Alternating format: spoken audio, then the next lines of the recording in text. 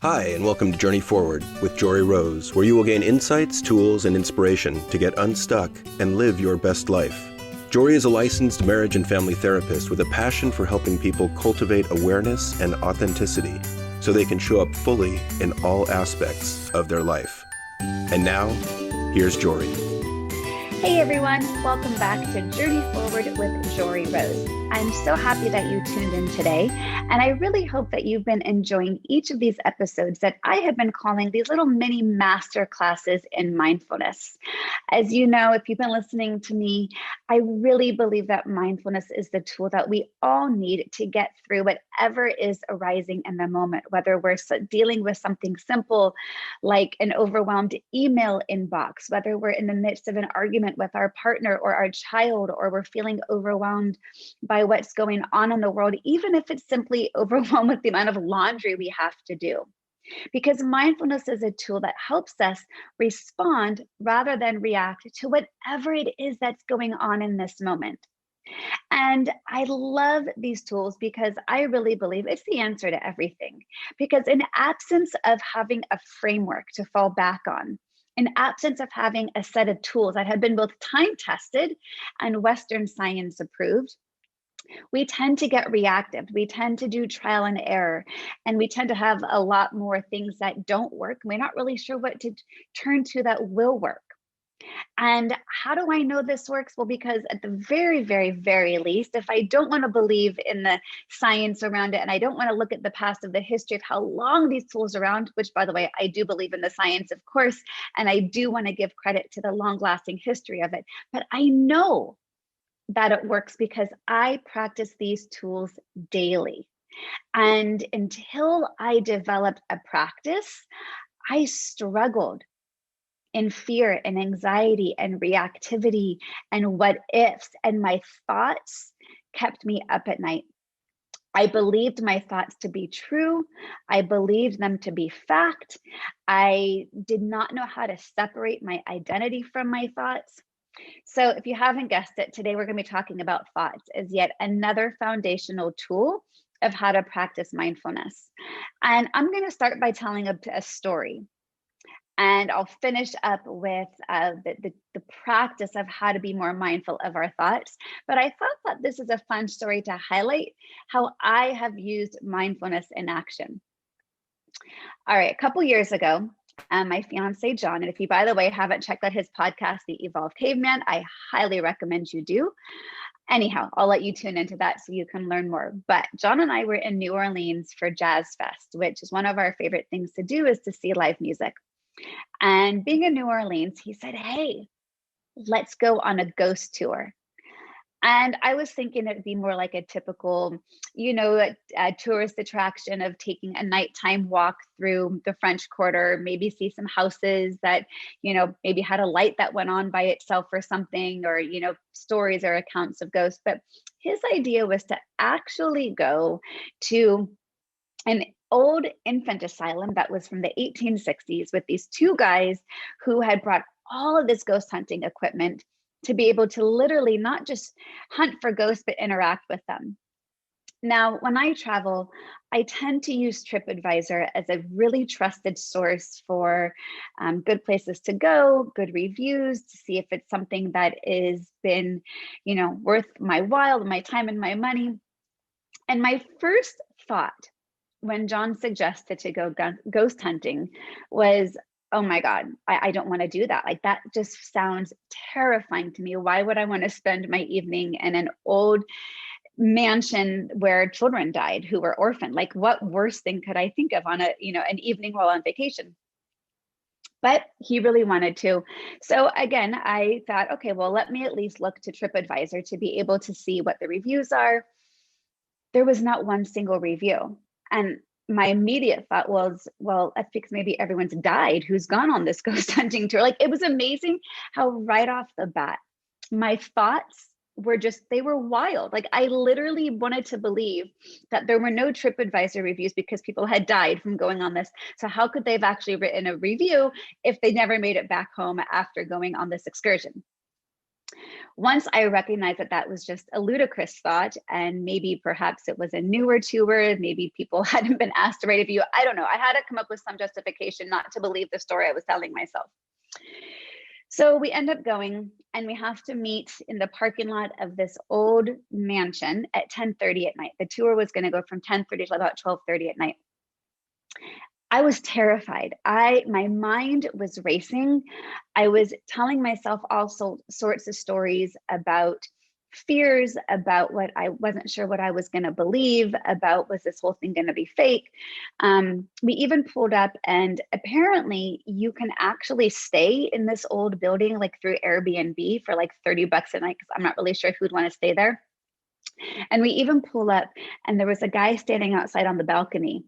And I turned to John, I'm like, is that a ghost? Like, I literally had to question the reality of whether or not that was a real person standing up there, or whether or not I actually thought it was a ghost. So I'm still terrified. My thoughts are running wild. My thoughts are mostly like, why are we here? Why did I agree to do this? This is not fun. Why do I have to agree to this? I mean, like, I just kept spinning. So it started off with about 10 people, the two guys who were the professional ghost hunters, and they had all sorts of really technical equipment. And we start off in the boiler room of this building, which was, kind of in the back parking lot. And it was really hot in there. And there was these big old, like, furnaces, I guess you could say. And they had all this equipment out. They were rolling ping pong balls to see if the ghost would move it back. I don't even know the names of all these things. They had like the prongs that were supposed to, you could feel energy move. They had some electromagnetic field monitors. So if, an energy or presence got nearby, it would light up different colors. Well, we were in this boiler room for about 45 minutes in the dark. It was hot, and my fear was still pretty strong. And I just didn't even like being in this place. And the story I kept telling myself was how scary this was. And we were in there, like I said, about 45 minutes. And finally, I just got really bored. I thought, you know what, maybe this whole thing is a sham. Nothing is happening. No ghosts are responding. They keep talking to the ghost. Nothing is going on. And then they move us inside the house into what used to be the entrance of the house when children were dropped off there. It was an orphanage. And there was like the main room that they would be welcomed into. And off that main room was like the grandmom's room. She was the one who oversaw. And apparently, a lot of these children who were orphaned ended up dying of disease. So we were sitting in this big room around a big circular table, and there's some of the ghost equipment on the center of the table, but there's also some equipment over in the corner of the room on top of a big baby grand piano. And as we were sitting there, at first nothing was happening. And then they said to us, you got to start talking to the ghosts, and you got to start asking questions to get them to respond. So one of the pieces of equipment was a recorder box that, again, I don't know the technical names of these, I don't remember them, but it basically sounds like you are turning the stations on a radio and you're hearing static. And through the static, you'll hear words or sounds or voices come through. And it is said to believe that that is the radio frequency of the spirits coming through and speaking to you. And if you ask questions, you can hear answers coming through the voice recorder box. Another one of the pieces of equipment that they had over on the piano was this big long antenna, and they demonstrated it by holding their own hand above the top. And depending on how close you got to the antenna tip, the antenna lit up different colors. Like the closer the energy, the more it lit up. The further away it was lighter. And then if you were too far away, nothing would light up at all. So we're sitting around this big table, asking questions, and all of a sudden in the corner of the room, the antenna lit up, and nothing seemingly was there, but it went from a little bit of green to yellow to bright red. And clearly there was an energy force in the room. And all of a sudden my energy began to shift I went from being scared to creating, where I had all these thoughts in my head of fear and anxiety and, just a lot of fear, to it then switch to curiosity. So I was like, okay, this is really interesting. Like something about, maybe it was perhaps that my body, I didn't really feel afraid. I didn't really feel anxiety in my body. And since I was tuning into my body as well, my thoughts slowed down a little bit. And it was this interesting observation to notice this switch inside of me. And as we keep asking questions to the ghost, we were asking questions like, how old are you? And I heard some sounds come through on the voice recorder box that sounded like French, which would have made sense in the 1860s in New Orleans, that there may have been French-speaking people who were living in this home. And I heard the words huit, neuf come through, which in French is 8, 9. Okay, so that would also make sense that there were children who were living there. And it was kind of funny because the ghost hunter guys were asking questions that would have seemed to incite anger in the ghost. Like, are you angry that you're dead? How did you die? It was really interesting. And John, who's sitting next to me, was thinking, and said out loud to that, this is kind of an odd line of questioning. Why wouldn't you offer compassion or loving kindness to the ghosts? Why would you want to incite anger versus rather inciting love or comfort or security? And I thought, here we are, two therapists, wanting to interact more kindly with the ghosts. It was so indicative of who we are. But there was more activity happening, and this went on for quite a while. And while we were sitting in this room, the two ghost hunter guys were inviting people to go into the grand marms room, which again was off of this main room, 2 people at a time. It was a bedroom and a bathroom, and they invited them to go in there, spend some time, see if they had any ghost activity. They brought some equipment in there. So couple by couple, groups of people were going in this room. Well, John and I are still sitting at this table, and equipment is, being activated everywhere. The voice recorder box is having some more noise. The EMF monitor is lighting up. The antenna thing is being, active over on the piano. So it finally came down to, we were the last couple who hadn't gone into the bedroom yet. And at this point, my fear went from curiosity to even more curiosity. It was amazing to observe how I was going through this transition when all that was changing was my internal response to what was going on around me. I was shifting the story I was telling myself. So at this point, it's almost midnight or so, and John actually didn't want to go in the room. He's like, I've seen enough. I've got my money's worth. I feel like I came for what, got what I came for, and I'm kind of too scared. So it was interesting. Our roles had switched, in which I was now curious and intrigued, and he was now a little bit more fearful.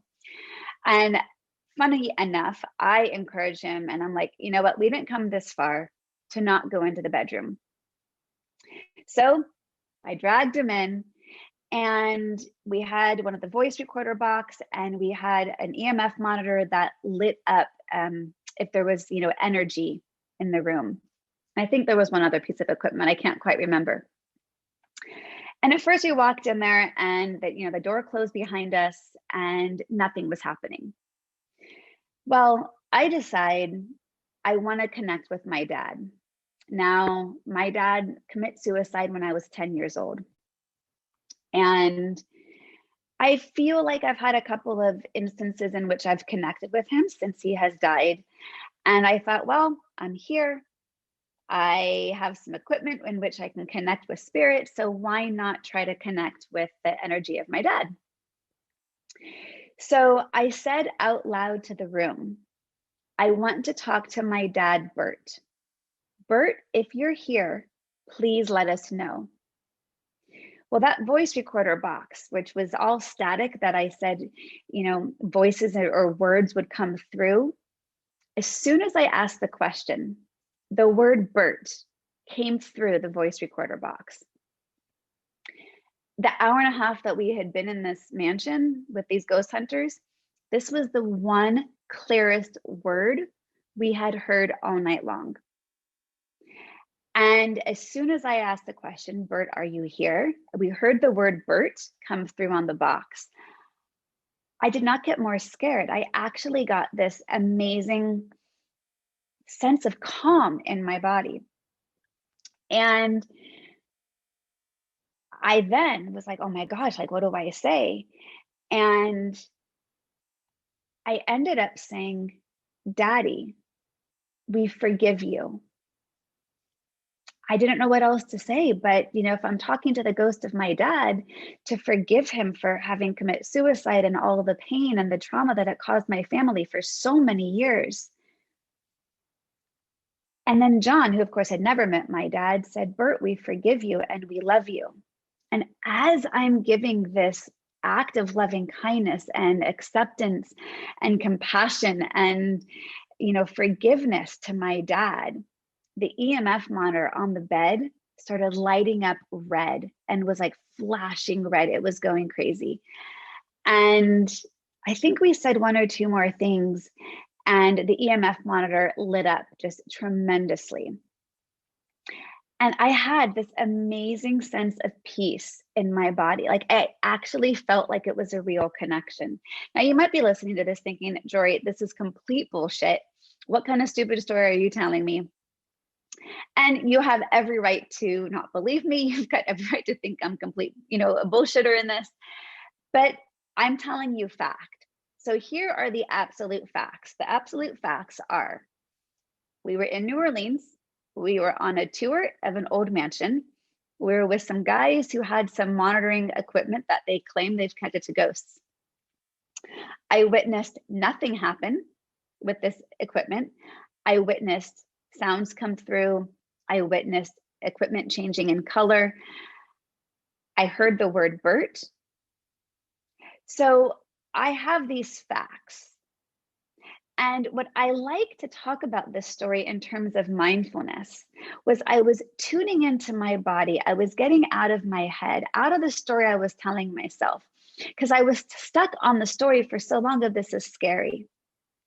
But in fact, when I look at the facts and I simply observe the facts, knowing that I have the ability to have freedom in choosing how I responded to those facts. Now, I really could have done one of three things.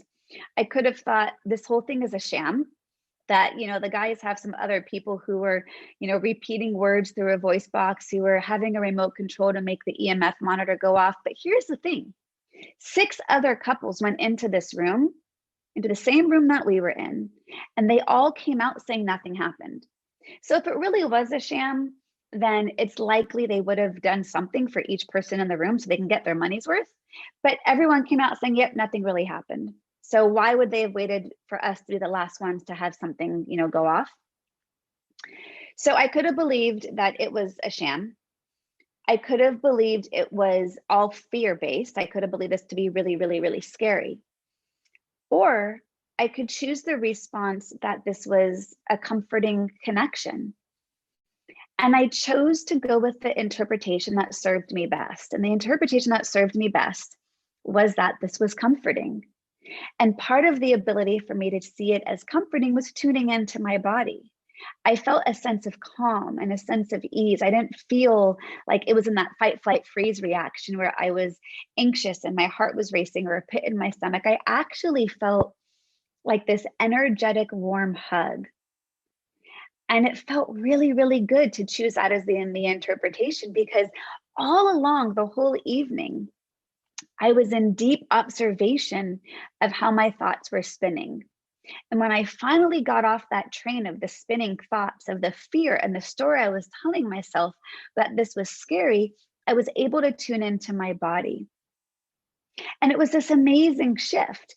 So we come out of the room, and I'm so pleased to tell everyone who was there that we just had this amazing connection with my dad, that we heard his name come through, that, when we forgave him, the monitor lit up.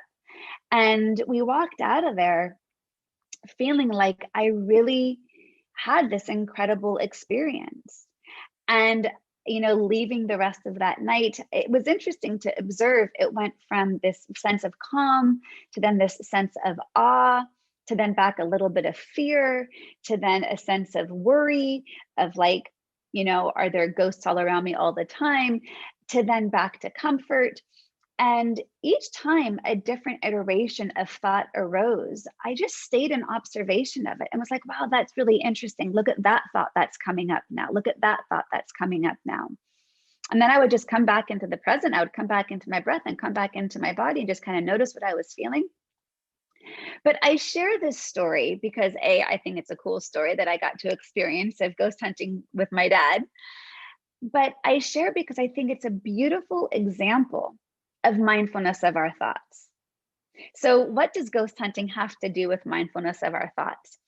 Well, we can so easily get stuck in our thoughts and believe our thoughts and let those thoughts take over and have no ability to separate ourselves from those thoughts. We take those thoughts in as our truth. We don't even know how to often question them. We don't always know how to separate fact from opinion with our thoughts. And had I not had a practice to fall back on, I likely would have never gotten even to the point of feeling comfort or calm because I would have been so taken over by my thoughts of fear or my thoughts of, I don't believe this. And I would have missed an opportunity to be really present with what I was feeling in my body in that moment, standing in that room at midnight in an old mansion in New Orleans with John standing next to me. And when we have mindfulness of our thoughts, we have a greater ability to get unstuck from the spiral that our brain is going to want to take us on. And when you can recognize that as simply a habit, then you can slow it down and you can observe the workings of that habit. And then you can decide which parts of this habit are really serving me and which parts of this habit are not serving me. Which of this is keeping me stuck in anxiety, in fear, in shame, in guilt, in the unknown, in rumination and anticipation, in what ifs, if with if onlys. Like there's so many things. And in all the work that I do with clients, I see we get stuck truly most in one of two places. We get stuck in our emotions and we get stuck in our thoughts. And a couple episodes ago, if you haven't listened, I talked about our emotions and how be able to observe them and give space to them. And it's really the same practice as our thoughts. Because our mind is going to produce between 50 to 70,000 thoughts a day, each day. And because we have a negativity bias, our thoughts are likely going to be focused on the negative. But when you have the ability to stand and hold your sacred ground and stand firmly in that which you are, to just observe the thoughts as they arise, to not necessarily take them on as your truth, to wear them like a cloak that covers you, but to stand and observe them, the less power those thoughts have over you. Because had I truly, let my thoughts take over, there's no way I would have gone on that tour with John. I would have believed the thoughts that this was fearful, that I couldn't do it, that I didn't want to do it, that it was scary. And I would have missed out on a really cool opportunity that I ended up having. So to be mindful of your thoughts is, I like to give the visual of imagine you standing on a train platform. Now, whenever I give this visual, I picture a particular BART train platform. BART is our subway system here in the Bay Area. And some of the BART stations are raised up in the middle of the freeway. Some are underground, but some of them are in the middle of the freeway. So you kind of come up under the freeway and you're standing on this platform with each side of the freeway on either side of you. And I like this visual for a few reasons. So imagine you're standing on a train platform, that you're in the middle of a freeway. So you've got a really fast going super highway on either side. And imagine that a really big, long train of cars pulls into the station. Now, our typical habit is that as soon as the train pulls into the station, imagine that each car of the train represents a different thought or a different thought pattern. As soon as that train pulls into the station, do you know what our typical habit is? Our typical habit is to jump on board with that thought or that thought pattern. And before we even know it, we've jumped on board and that train has taken off and is like full speed ahead into the distance. Before you've ever had a moment to consider, wait, do I even want to jump on board with this? Do I believe this? Is this my truth? Does this align with who I am and where I'm at? Or am I just doing this by habit? And I also like this visual because I want you to envision you standing on this train platform And not only does that train of cars pulls into the station in front of you, but you've also got like all these thousands of whirring cars going by on the highway. So we have like the primary thought that comes into our mind. And then we've got all of this periphery thoughts that are spinning around us, pulling us into distraction, pulling us into attachment or fear or unknown, or, globbing on to somebody else's truth or to an old limiting belief you're telling yourself, or somebody's, assumptions on you or your own assumptions. I mean, there's so much that swirls around in our mind. And not only do we get pulled in all these different directions, but we jump on board with so many things without awareness, without attention, without intention, deciding, do I even want to jump on board with this? Does this align with my values, my needs, my goals? Maybe it does, maybe it doesn't, but it's a habit to jump on board with whatever train pulls into the station. So I invite you to stick with this visual and imagine imagine your feet firmly planted on the train platform ground. And it reminds me of this ancient poet Kabir. And he's got this beautiful poem that is often used in mindfulness retreats. And the end of the poem says,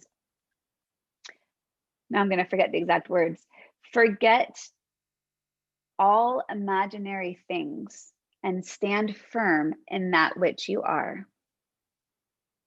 Forget all imaginary things and stand firm in that which you are. And I love that poem as I think about this visual of having your feet firmly planted on the train platform station. And as all these trains pull into the station, to just stand there with your feet firmly planted and grounded and rooted into your body, into yourself, into your values, into your practice, to observe, oh, look, that's interesting. Look what thought came into my mind. And to just notice it, to observe it, and then to decide with intention, on purpose, what you're going to do with that thought. Maybe you jump on board, and that's great. Just do so with awareness. Or simply just notice and let the train keep going. And this is a pattern that I really have gotten skilled in getting unstuck from, because I used to jump on board to every thought that came in my mind. And especially when I was going through some really difficult challenges in my life and some really difficult patterns of me just figuring out who I was. And I used to get easily stuck on a negative reactive cycle of my thoughts. And I would literally say to myself out loud, oh, that's interesting. I'm thinking about that again. And I would just name it. I would observe it. And by doing so, I imagined this thought coming into my mind and not getting on board with that train of thoughts. And by saying, oh, look, that's funny. Look what I'm thinking about. I would just observe the pattern, observed my mind doing what my mind is going to do, which is think.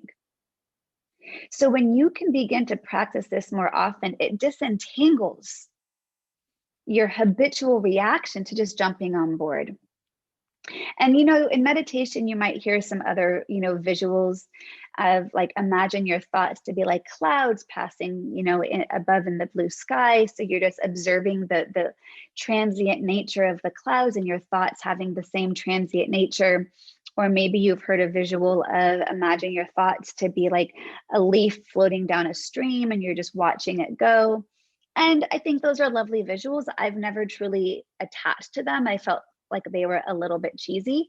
So, it's possible that my train of thoughts is just as an easily cheesy visual. But to me, it makes sense because I can decide to consciously get on board with the thoughts that are coming into my mind, or I can just stand there and observe them. And so when I go back to my ghost hunting experience, part of that is deciding which thought to jump on board with. Because without awareness, I could have just completely dismissed it, jumped on board with the fear train, jumped on board with the this is all fake. And I chose rather instead to just step back and observe all of these different thoughts And then I chose to jump on board with the one that served me the most. And the one that served me the most was the one to believe that it was a real connection. And that also aligned with what I was feeling in my body, because I then was in alignment. I did not feel, into this cognitive dissonance where I felt one thing and I thought another. I was actually in alignment at that point with my thoughts and what I was feeling inside my body, as well as my emotion of feeling this kind of comfort in this connection. So I invite you to really consider your own train of thoughts. And in fact, when I used to teach this to kids, I would actually have them draw a train, have a little caboose at the end and a little car in the front and a couple of different cars in between, and sit in meditation for a few moments and just slow down, connect with your breath, close your eyes, notice yourself breathing, the inhale, the exhale, and just notice the thought patterns that arise. Maybe a thought pattern is you get stuck on thinking about chores, or maybe you're thinking about, different people, or maybe you're worrying, maybe you're stuck in a fear train of what ifs. And when you begin to notice these patterns with greater clarity, you can see them for what they are, and all they are thoughts. Let me remind you, your thoughts are not your truth. They do not define you, and you can decide what to do with them just because they show up. You don't have to do anything other than observe them. And when you can begin to, like I said, disentangle yourself from this habitual pattern, the freedom that is going to arise from that is huge, because you no longer are at whim of whatever comes into your mind. You strengthen the ability to notice and then come back and have focus and attention on where you choose to put your focus and attention. It shifts everything. So hopefully this resonates with you. Forget the thoughts of all imaginary things and stand firmly in that which you are. Imagine your feet firmly planted on the ground, observing whatever is arising, whether it is your emotions, whether it is these thoughts, and decide consciously when to step forward onto that train and when you can just stand on that platform and let those thoughts continue going. It takes time. It's a practice. A great time to practice this is when you're lying in bed at night, because I know for me, that's when my thoughts tend to ramp up. That's not when they would slow down. My thoughts would get overactive when everything else got quiet. So I've had to really learn to disentangle from those patterns that did not serve me, that used to keep me awake for at least an hour lying in bed at night because I could not get my mind to slow down. And let me remind you this, that mindfulness of our thoughts, when we're sitting in meditation, it's an easy assumption to think that we're going to get our thoughts to stop. Your thoughts are never going to stop. That's not the intention. That's not going to happen. But what will happen is your reactivity to them can slow down. The thoughts are going to keep coming. Okay, so trains are going to keep pulling into the station. It's what you do with them that is within your power. And that is the power of mindfulness. It's the power of awareness.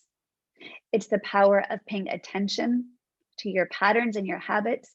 And it's the power of intention, to act on purpose, to know why you're doing what you're doing, to get off of autopilot, to get back into the driver's seat of your own life, to have compassion for yourself, for whatever is coming into your mind, to have curiosity, to say, wow, that's interesting. Look at that. And then to be really conscious about what is the story you're telling yourself about all this. If you guys haven't already, I highly encourage you to watch the Brene Brown special called A Courage on Netflix. And my favorite part is when she talks about a story in which she has created an entire story in her mind that she absolutely believes to be true, when in fact, it turns out it wasn't true at all. So the moral of what she talks about is to get curious. What's the story I'm telling myself right now? Because the story you're telling yourself is often when you have a thought, you're believing the thought to be true, you're ruminating on the thought, and nearby, you're having nearby neurons connect. So it's actually strengthening the thought into your brain, into your neural code. And then you're acting as if that thought is a reality. But when you can step back and just observe the process, then you free yourself from that story. Because if you get too caught up in believing your stories and you're not present to hear the actual truth of what's unfolding in front of you, especially when it involves other people. So hopefully you found this Mindfulness of Thoughts episode to be one in which you can begin to practice, one that resonates in some capacity, because I don't know about you, but I have had a gazillion trains that have not served me when I've jumped on board. And the knowledge that you can slow down that pattern is a powerful tool. And I'm telling you, it works. And I know because I continue to practice this. So to get started right away, use that visual standing on the train platform, observing what comes into your mind, deciding with intention which thought to jump on board with, and the ones that you don't want to jump on board with, just say goodbye to that train and let it keep going. And to continue to name out loud to yourself, even if no one's around, oh, that's interesting. I'm thinking about that again. When you say it like that and you name it, you are interrupting the pattern of reactivity, of having it take over. And this is something you can even teach to your kids. And I'm going to follow up or just end up with a short story of years ago when I was teaching mindfulness in a school. And I was teaching this to even really young kids, as young as preschool. And simultaneously, I was doing a mindful parenting course. And there happened to be a mom from the school whose son was in one of my classes. He was in first grade at the time. And we were doing this Mindfulness of Our Thoughts lesson. And the mom, as I was talking about how the fact that I was teaching this to these young kids, she's like, I don't think they get this. And I very compassionately challenged her, saying, no, kids totally get this. Because again, we would do the exercise of having them draw out the train, write down their thoughts after a short meditation. Well, she left the class that day and she went to pick her son up at school. And he got in the car and he was kind of quiet, which was a little unusual for him. And she figured, okay, well, he's not talking, so I'm going to start talking. And so she told him that she went to Miss Jory's mindfulness class today and that they talked about mindfulness of thoughts and the train of thoughts, and he didn't really respond. And she believed the story she was telling herself, that he didn't get it. And when he didn't respond, she was like, okay, fine. He didn't get it. He doesn't get it. He doesn't want to talk about it. He doesn't care. He's not talking. I'll just stop talking now too. So they drove in silence for a few minutes. And after a few minutes went by, he spoke up and he said, Mom, my sadness train just left the station. And she came back the following week and she recounted this story with tears in her eyes, that not only did he get what it meant to have these trains of thought, but he understood what it felt viscerally. But even more importantly, as a 7-year-old boy, he had the language to put to his experience of what was going on inside of him internally. And she shared this story with tears in her eyes, saying, like, he does get it. And now they had this new language they could share with each other. So I really encourage you guys to try this with your kids. Explain this to them, of how they too can get unstuck from the thoughts that are not serving them, from those patterns that keep them ruminating or stuck in anxiety or in rumination, because it works. Mindfulness is a beautiful practice to be cultivated, and it doesn't happen overnight, just like any other skill that takes time to develop. So thanks you guys so much for tuning in today. I hope that you found this episode helpful. Stay tuned next week, where I'm going to be talking about compassion and self-compassion and loving kindness, some of my favorite practices in mindfulness. And I hope that you stay healthy and be well. To continue your journey forward, find Jory Rose on Facebook and Instagram to become part of her growing community. You can also gain access to her meditations, books, online classes, or to sign up for an upcoming retreat. Visit her at joryrose.com. That's JOREEROSE.com.